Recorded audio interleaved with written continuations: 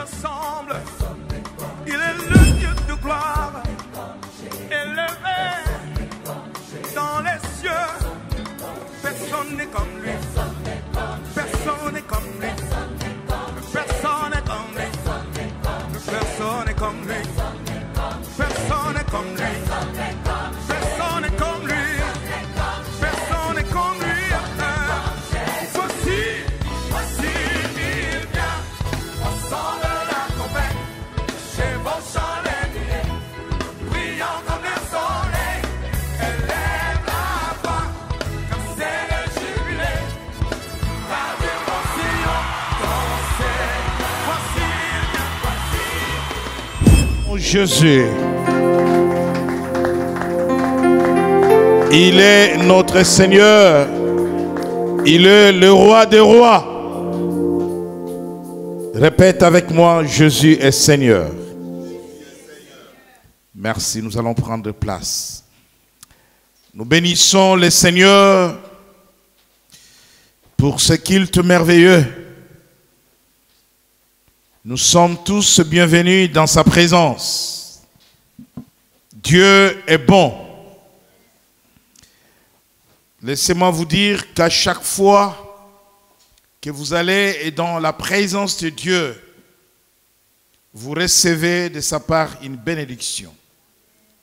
Une grande bénédiction, une bénédiction qui n'est pas moindre. Vous ne pouvez pas aller dans la présence de Dieu et demeurer tel que vous étiez auparavant. Vous ne pouvez pas aller dans la présence de Dieu et ne pas laisser Dieu vous bénir. Voilà pourquoi, lorsque Jacob a lutté avec un homme, il a eu la révélation qu'il luttait contre Dieu.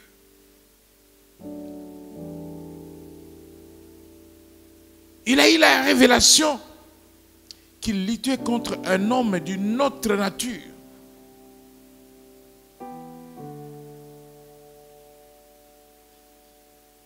Dans la douleur, alors qu'il avait une hanche brisée par l'homme avec qui il luttait, ayant compris que cet homme était Dieu, source de bénédiction, il dit, alors qu'il avait saisi cet homme, il s'était accroché à cet homme. Je ne te laisserai pas partir tant que tu ne m'auras pas béni. Que quelqu'un dise, Seigneur, je ne sortirai pas de ta maison tant que tu ne m'auras pas béni aujourd'hui. Dieu va bénir tes voies. Dieu va bénir ta maison. Dieu va bénir ton travail. Vous savez, quand quelque chose est béni de Dieu, cela ne peut conduire la personne que dans la grandeur de Dieu, dans les hauteurs, parce que Dieu veut nous conduire dans sa grandeur, parce qu'il est grand. Il veut nous conduire dans les hauteurs. Il dit dans sa parole, je vous conduirai dans les hauteurs des nations. C'est notre élévation. Nous voulons ce soir partager une parole qui concerne notre alliance de paternité avec Dieu. Quelqu'un dit, Dieu est mon Père. Dieu est mon Père. Dieu est notre Père. Bien-aimé, qui est Dieu pour toi? Qui est Dieu pour toi?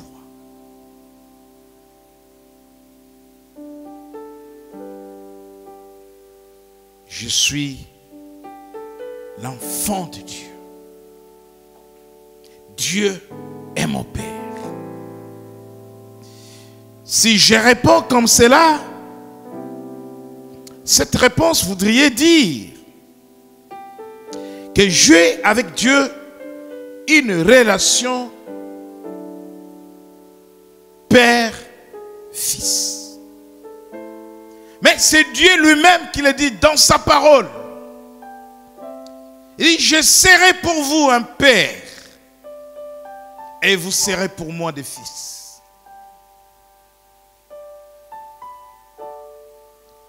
Nous avons tous, chacun ce qui les concerne, des parents biologiques, d'une façon ou d'une autre. Nous savons, lorsque on a un père, la relation qui lie les fils au père ou vice-versa, c'est une relation d'attachement, d'intimité et une relation d'amour, d'affection paternelle, une relation de communion. Mais au-delà de l'affection, au-delà de l'intimité, au-delà de la communion, les pères partagent même son intimité avec les fils. Et le fils, quand il a des problèmes, il va vers le père. Il parle à son père.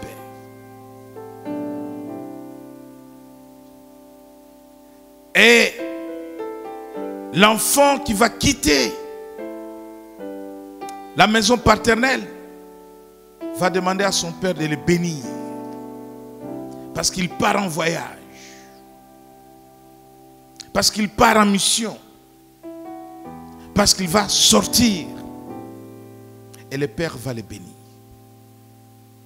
Mais au-delà de la communion et de l'attachement, si le père a un héritage, le fils est héritier du père.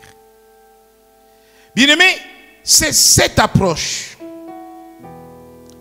qu'il faut maintenant ramener dans la chose spirituelle en ce qui nous concerne la relation que nous avons, nous, avec notre Père. Voilà pourquoi, lorsque les disciples vont demander au Maître, notre Seigneur Jésus, apprends-nous à prier. Enseigne-nous à prier. Comment nous devons prier? Nous connaissons cette prière. Nous pouvons la faire.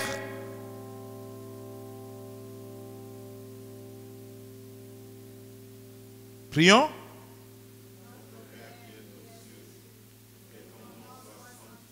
Arrêtons-nous un instant. C'est Jésus qui nous apprend que Dieu est notre Père.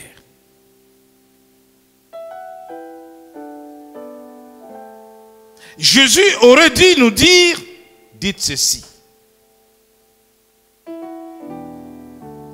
notre Dieu qui est aux cieux.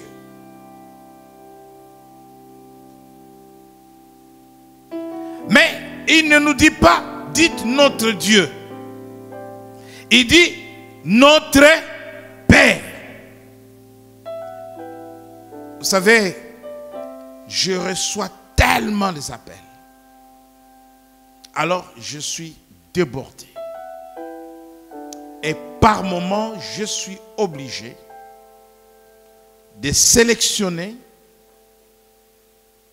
pour répondre aux appels selon l'ordre des urgences. Par exemple, quand je vois l'appel d'une personne qui est à l'hôpital, ça c'est prioritaire par rapport à toi qui es en bonne santé. C'est la personne qui est à l'hôpital que je vais appeler prioritairement. Est-ce que je comprends? Il y a un besoin de prière. Je ne dis pas que cette personne est plus importante que l'autre, mais c'est une question de priorité. Si je n'ai pas beaucoup de temps, d'abord c'est cette personne. Mais laissez-moi vous dire,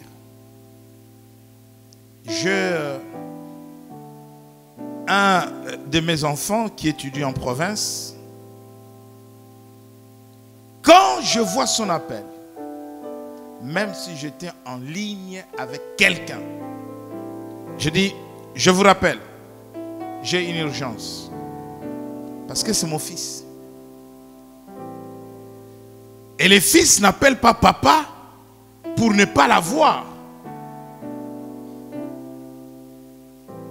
Et les fils, il sait quand je vais parler à papa, papa il a une solution à tout. Et ça c'est un peu l'esprit de mes enfants. Je pense qu'ils ont été façonnés par l'évangile. Parce que Dieu a une solution à tout. Et moi à la maison, mes enfants pensent que j'ai une solution à tout.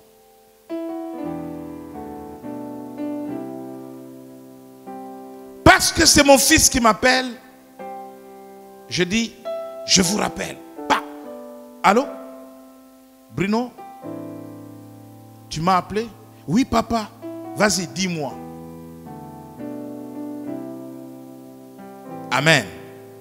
Donc, c'est cette relation que nous avons avec Dieu. Père, Fils.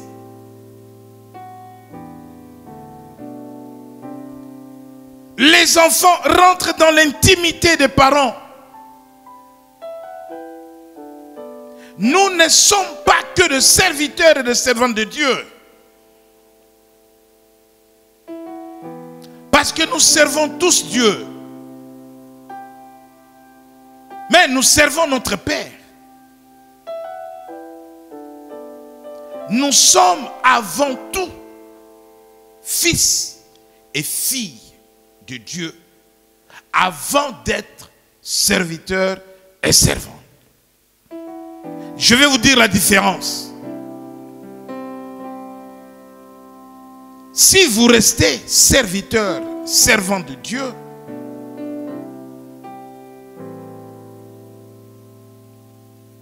vous pouvez le servir sans avoir une relation d'intimité avec le Père.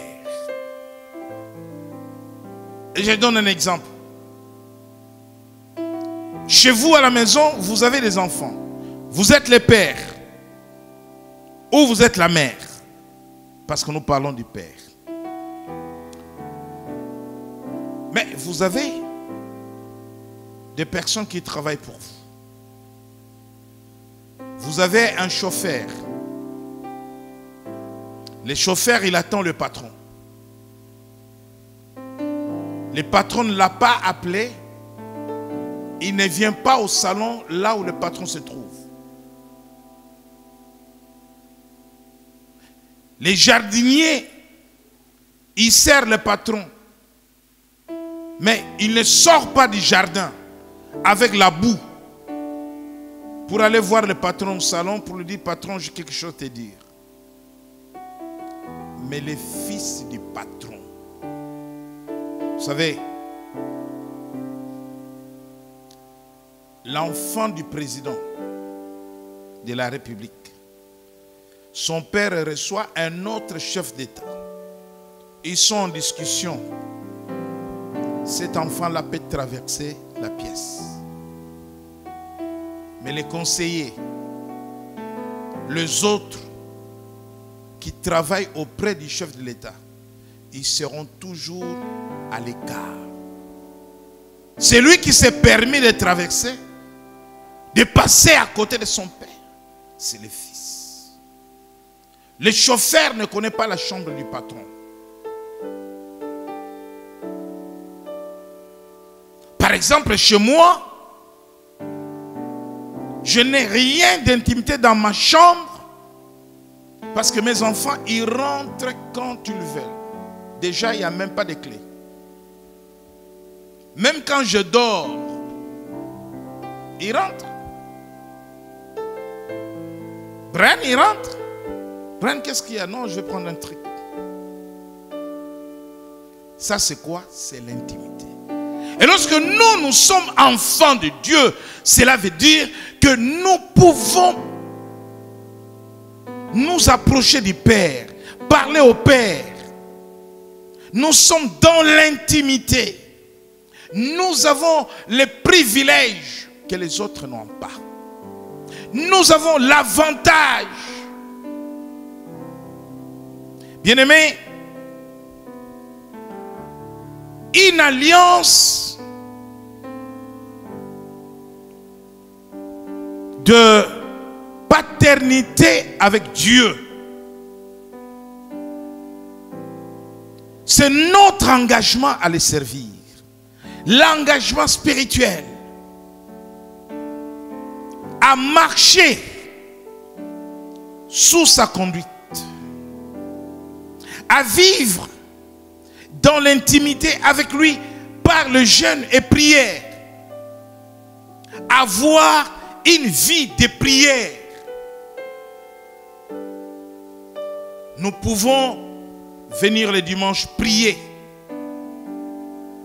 Mais venir le dimanche à la prière n'est pas synonyme de vie de prière. La vie de prière, c'est ton style de vie. Même chez toi à la maison, tu pries, tu médites la parole de Dieu, tu pratiques le jeûne, tu parles à ton Dieu. La Bible dit que Daniel priait 3 fois par jour. Et voyez là où la prière l'a amené. Il est devenu gouverneur dans la maison de Nabuchodonosor.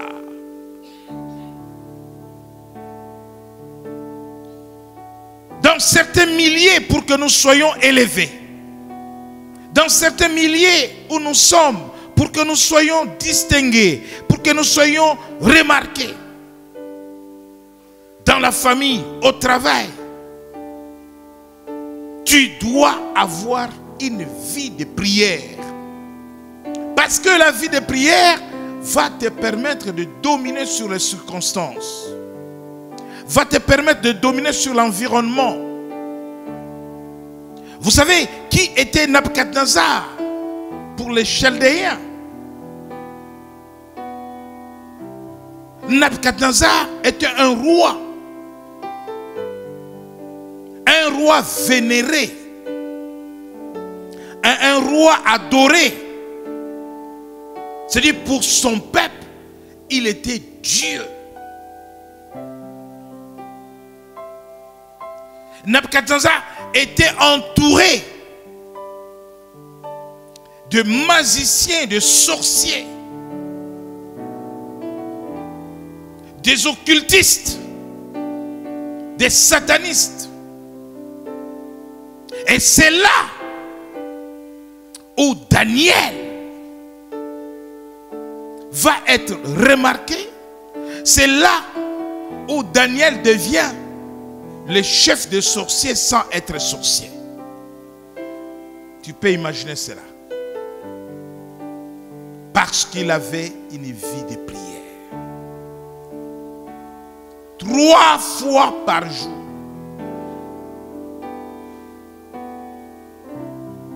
Cela veut dire que le matin, il a prié.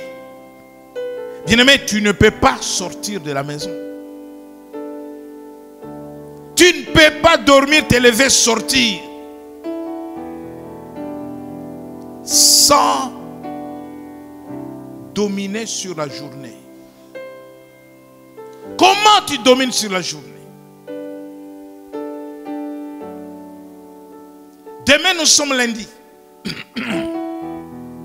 Tu vas te lever le matin. Avant de sortir, tu vas prier. Tu vas prendre le contrôle de la journée. Tu vas prendre le contrôle des événements de la journée. Tout ce que tu vas faire, partout où toi tu iras, où tu mettras tes pieds, avant que tu sortes de la maison. Voilà un enfant de Dieu qui est en intimité avec le Père. Papa, je vais sortir. Toi, tu es le maître de temps et de circonstances. Mon frère, ma soeur, tu pars. Je vais à la préfecture. J'ai telle démarche aujourd'hui. Je te soumets cette démarche. Accompagne-moi. Que ton esprit me guide. Après la préfecture, je vais aller voir mon oncle. Mais je sais que cet homme est dans les fétiches. Lorsque je vais arriver chez lui, alléluia, l'oncle a des problèmes avec toi. Parce que quand tu vas arriver chez lui, les anges de Dieu sont avec toi dans sa maison. Dans sa maison, il y a le feu. La Bible dit, même si on vous fait manger des breuvages mortels, cela n'aura aucun effet sur toi. Mais bien aimé, pour que cela n'ait aucun effet sur toi, tu avais déjà anticipé par la prière. Pourquoi les chrétiens sont empoisonnés et les poisons marchent, ils meurent et ils tombent malades? Pourquoi les sorciers, ils mettent la nourriture du poison? Pourquoi les sorciers donnent la maladie aujourd'hui aux enfants de Dieu? Un sorcier peut venir chez toi, vous êtes à table, il glisse une poudre dans la nourriture, tu prends la nourriture, demain tu as mal au ventre, tu as mal au dos, c'est la maladie qui commence. Parce que tu n'as pas de vie de prière. Bon, quand j'aurai fini chez l'oncle, voici l'autre rendez-vous. Je vais chez Thérèse. Mais je sais que Thérèse ne m'aime pas. Même si elle fait semblant de me parler. Seigneur, je vais écraser tout ennemi que je vais rencontrer aujourd'hui. Tu vas prendre le métro. Tu pries pour les transports. Bien-aimé, toute ta journée, tout ce qui... Tu dois avoir un programme. Et tu ne feras pas n'importe quoi. Si tu as prié pour Thérèse, le matin avant de sortir, c'est Pauline qui t'appelle, viens me voir. Non, toi tu n'as pas prié pour Pauline. Attention. Alléluia. Donc Dieu sait que tu as prié pour Thérèse. Va chez Thérèse et rentre. Dis à Pauline, je n'ai pas le temps, je verrai demain ou après-demain. Parce que quand tu iras chez elle, c'est un autre programme. Avec une prière qui t'accompagne. Tu as une vie de prière. Tu es un enfant de Dieu. Tu arrives quelque part. L'atmosphère n'est pas bonne. Dans ton cœur, papa, garde-moi. Protège-moi. Donne-moi la victoire sur mes ennemis. Je ne sens pas cet endroit où je suis. L'intimité avec le Père. Bien-aimé, tu vas dominer sur les circonstances du lundi. Tu vas dominer sur les circonstances du mardi. Tu vas dominer sur les circonstances du mercredi, jeudi. Tous ne fait rien. sans dire au Père ce que tu dois faire. Parce que le Père est là pour te protéger, pour te garder, pour t'accompagner.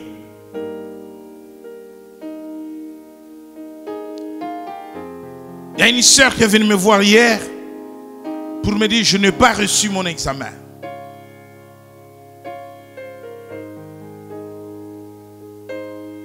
Je lui ai dit, ta vie est un combat. Tu sais qu'à chaque fois que tu vas dans une démarche, avant d'y aller, tu viens me voir, je prie pour toi. Je prie avec toi. Quand tu es allé passer ton examen, tu es venu me voir? Non. Toi-même, tu as prié? Non. Tu as jeûné? Non. Voilà les résultats. Savez-vous que humainement, il y a des personnes qui sont médicalisées. Qu'est-ce qui te fait rire? Amen. Patrick, maman est là? Elle n'est pas venue? Bon. Parce que maman Michel était aussi médicalisée. Ici. Le jour où je priais, je dis, le Seigneur va guérir toute personne qui est médicalisée. Elle a cessé de prendre les médicaments. Elle est tombée malade. Elle est allée à l'hôpital. Elle prenait les médicaments à vie. Ok? Les personnes qui sont médicalisées, je dis humainement, je ne rentre pas dans le spirituel. S'il ne prend pas les médicaments un jour, le lendemain, se retrouve aux urgences. Donc pour vivre, il faut prendre le médicament. Il y a des combats pour certaines personnes. Pour tenir, ils sont obligés de prier tous les jours. Quelqu'un m'entend? De la même personne que la personne qui est médicalisée a oublié de prendre le médicament, fait une rechute ou meurt, de la même personne que la personne qui est obligée de prier tous les jours oublie un jour de prier et les problèmes lui arrivent. Parce que la Bible dit que Satan rôde comme un voleur cherchant qui dévorer. Le jour où tu n'as pas prié, c'est ce jour-là que Satan va rentrer. Parce que tu as laissé une porte ouverte. Parce que je parle de l'alliance de paternité. Bien-aimé dans le Seigneur.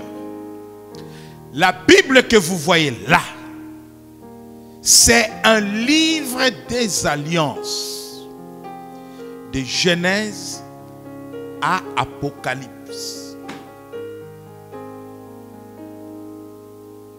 Il n'y a pas de relation avec Dieu sans alliance. Il n'y a pas de promesse avec Dieu sans alliance. Tous les héros de la Bible, qu'il s'agisse de Noé, Abraham, Jacob, David, tous les héros de la Bible,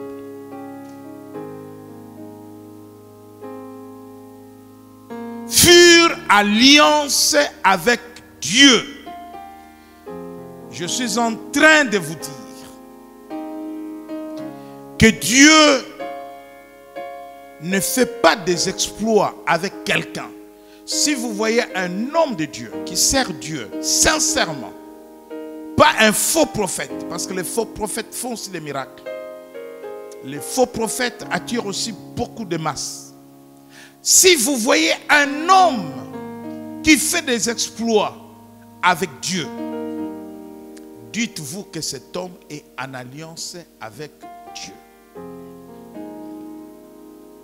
Si vous voyez un homme de Dieu intouchable, qui a toujours la victoire sur ses ennemis, qui écrase toujours ses ennemis, dites-vous que cet homme est en alliance avec Dieu. Il y a des choses que Dieu peut donner pour tous. Même ceux qui ne sont pas chrétiens peuvent les recevoir. Quand il y a le soleil, il n'y a pas le soleil pour les chrétiens et le froid pour les athées. Dieu donne le soleil à tout le monde. Mais il y a des choses qui marchent qu'avec ceux qui sont ses fils. Il dit, vous verrez la différence entre ceux qui m'appartiennent et ceux qui ne m'appartiennent pas. Ceux qui me servent et ceux qui ne me servent pas. L'alliance de paternité avec Dieu, c'est un contrat entre le Père et le Fils. Un contrat qui doit être basé sur une relation de filiation. Père-Fils. Il y a un lien de parenté entre moi et Dieu. Il est mon Père. Nous lisons dans l'évangile, dans la première épître, pas l'évangile, 1 Jean chapitre 3, verset 1er. La Bible dit, voyez quel amour le Père nous a témoigné pour que nous soyons appelés enfants de Dieu. Et nous le sommes.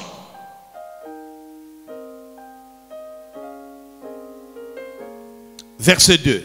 Bien-aimés, nous sommes maintenant enfants de Dieu. Et ce que nous serons n'a pas encore été manifesté.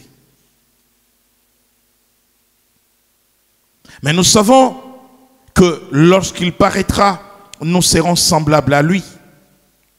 Parce que nous le verrons ici qu'il est. Quiconque a cette espérance en lui se purifie comme lui-même est pur. Dans 2 Corinthiens chapitre 6, faisons une autre lecture.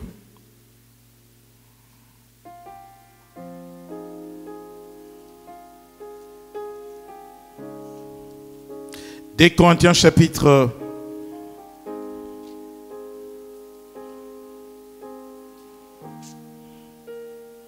6.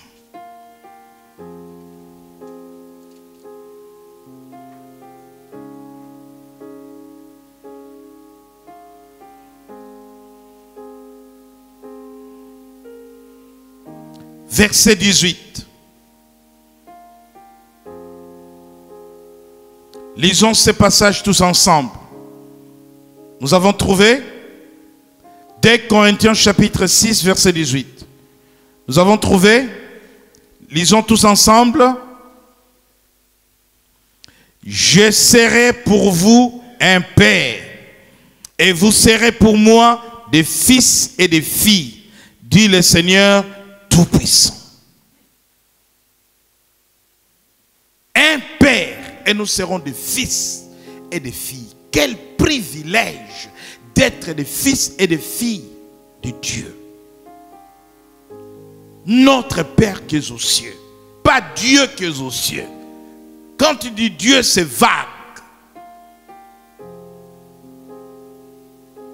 Notre Père, mon Père qui est aux cieux.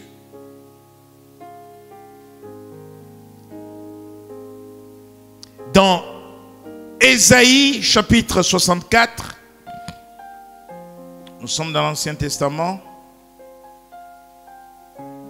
Commençons par le chapitre 49.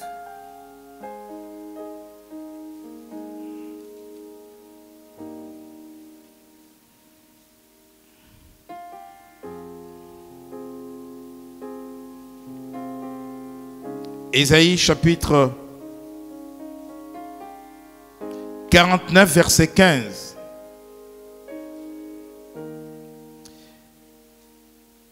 Une femme oublie-t-elle l'enfant qu'elle a allaité?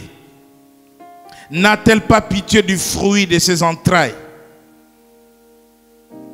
Quand elle l'oublierait, moi je ne t'oublierai point. Dieu ne peut jamais t'oublier. Parce que tu es sorti de ses entrailles. Lorsque je parle de la filiation, de la parenté que nous avons avec notre Père, mes frères, mes sœurs, je voudrais que tu comprennes que dans ta vie, il y a eu 2 naissances. Dans ta vie, il y a eu 2 naissances. Il y a eu la naissance charnelle, d'où tu es sorti des entrailles de ton père et de ta mère.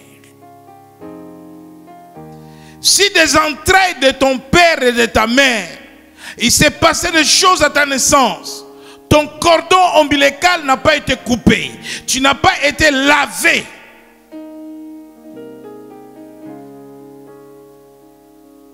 tu peux être porteur de malédictions transgénérationnelles venant de familles par ta naissance charnelle. Tu peux être porteuse d'une maladie génétique, une maladie héréditaire. Papa diabète, toi diabète, maman diabète, toi diabète. Papa cardiaque, toi cardiaque, maman cardiaque, toi cardiaque. N'importe quelle maladie génétiquement transmissible. Ça, c'est ta première naissance. Tu as été allaité par maman, charnellement.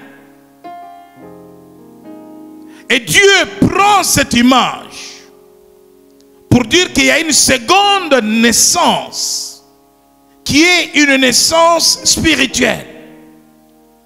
Tu n'es pas né de la chair. Dans la seconde naissance, tu es né de l'esprit. La Bible dit dans l'évangile de Jean, chapitre 1er, que ceux qui l'ont cru, ceux qui sont nés de lui, non du sang ni de la chair, mais de l'esprit, il leur a donné le pouvoir de devenir enfants de Dieu. Voilà comment tu es devenu enfant de Dieu. À partir du moment où tu deviens enfant de Dieu, toute mauvaise chose héritée de tes parents charnellement n'a pas d'emprise sur ta vie, parce que l'esprit domine sur la chair. C'est le spirituel qui dirige ce qui est charnel ou ce qui est naturel ou physique. Alléluia. Voilà comment tu es devenu fils et fille de Dieu. À partir de ce moment-là, tu es rentré dans une alliance de paternité. Dieu est mon Père et je suis le Fils. Nous sommes co-héritiers. La Bible dit que tous ceux qui sont revêtus de Christ, tous ceux qui ont accepté Christ comme Seigneur et Sauveur, qui ont été baptisés en Christ, rentrent dans la promesse d'Abraham. Dieu ne fait pas des choses en dehors des alliances et en dehors de ses promesses. Voilà pourquoi la Bible est le livre des alliances. Dans Genèse, il fit alliance après le déluge avec Noé. Il fit alliance avec Abraham. Quand vous lisez dans Genèse,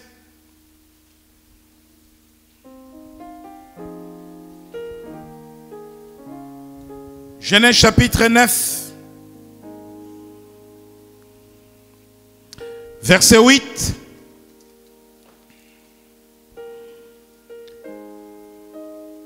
Dieu parla encore à Noé et à ses fils avec lui en disant: voici, j'établis mon alliance avec vous et avec votre postérité après vous, avec tous les êtres vivants. Quand Dieu fait une alliance avec un homme, avec une femme, la postérité de cette personne est concernée par l'alliance de Dieu. Vous m'entendez? De la même façon, lorsque ton père a fait une alliance avec Satan, un pacte avec Satan, sa postérité est concernée par ce pacte. Voilà les besoins de la délivrance pour ceux qui viennent de familles dont les ancêtres ont fait des pactes avec le diable. Que tu le veuilles ou pas, si tu n'es pas délivré au nom de Jésus, tu es concerné.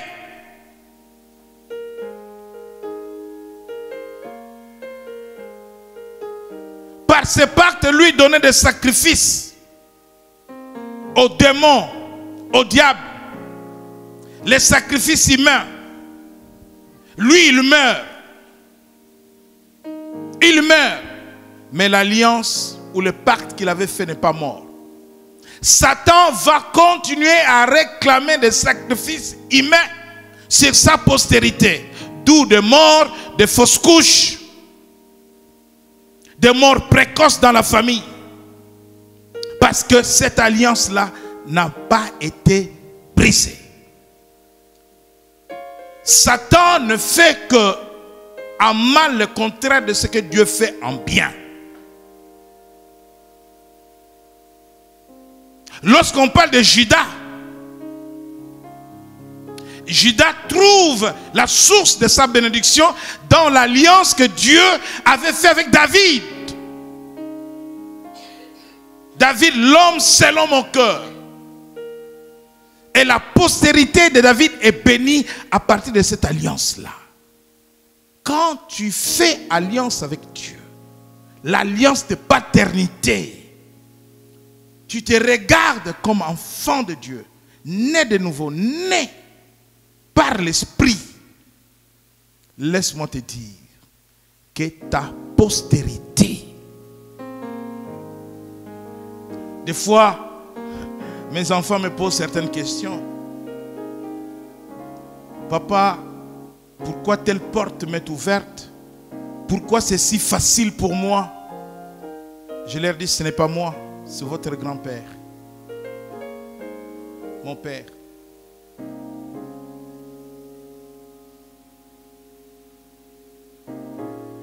Mon père était allié avec Dieu. Il n'était pas pasteur, il était architecte, mais travaillant pour l'église, construisant les temples, construisant les écoles chrétiennes, les hôpitaux, les écoles de théologie, des pasteurs. Mais c'était un homme allié à Dieu. Donc, ça ne bénéficie pas qu'à moi. Nous sommes 3 pasteurs dans la famille, sans compter des cousins, des neveux et tout. Donc ce n'est pas quelque chose qui commence par moi. Si ça touche mes enfants, ils sont la 3e génération. Et si ça touche mes petits-enfants, c'est la 4e génération. Donc l'alliance avec Dieu, c'est une bonne chose pour toi. Parce que tu vas libérer quelque chose à ta postérité. Et il fait alliance avec Noé, il dit aussi avec ta postérité. Quand il fait alliance avec Noé, les petits-fils de Noé ne sont pas là. Mais Dieu les a introduits dans cette alliance. C'est comme cela que ça se passe dans le monde des ténèbres. Quelqu'un fait pacte avec Satan, toute sa postérité rentre. Que tu le veuilles ou pas. Même ceux qui naîtront après 50 ans. Satan, il sait que toi, tu es né de telle famille. Moi, avec ton ancêtre, on avait conclu tel pacte. Donne-moi ton fils en sacrifice. Sinon, toi-même, viens. Les autels sataniques qui avaient été bâtis, les autels parlent, les autels te réclament.